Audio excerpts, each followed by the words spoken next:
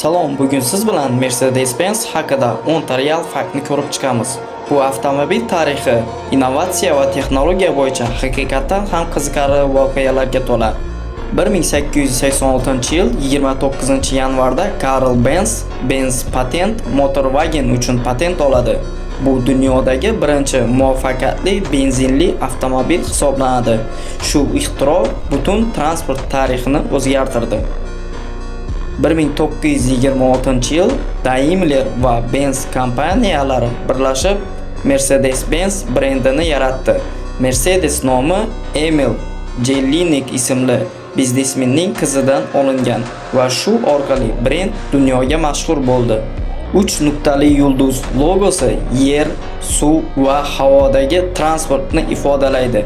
Bu kompaniyaning turli transport vositalarida harakatlanishiga bo'lgan maqsadni bildiradi.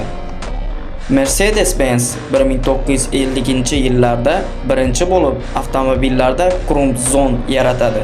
Bu zona baxtsiz hodisalarda yo'lovchilarni himoya qilishga xizmat qiladi va hozirgi kundagi standart xavfsizlik tizimining asosidir. 1978-yilda Mercedes-Benz ABS tizimini amaliyotga joriy qiladi.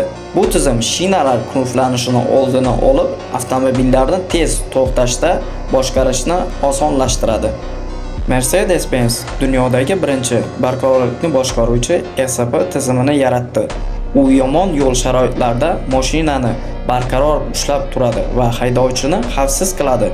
1920-1930-yillarda Mercedes kompressorli dvigatel, mustaqil suspenziya va dizel yo'lovchi avtomobillarini yaratdi. Shu kabi texnologiyalar keyinchalik boshqa avtomobillarda ham standart bo'ldi.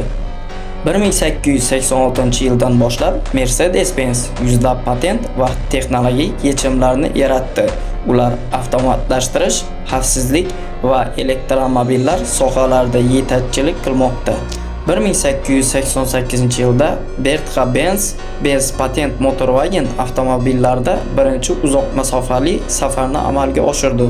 U bu orqali avtomobil kundalik hayotda ham ishonchli transport vositasi bo'la olishini isbotladi.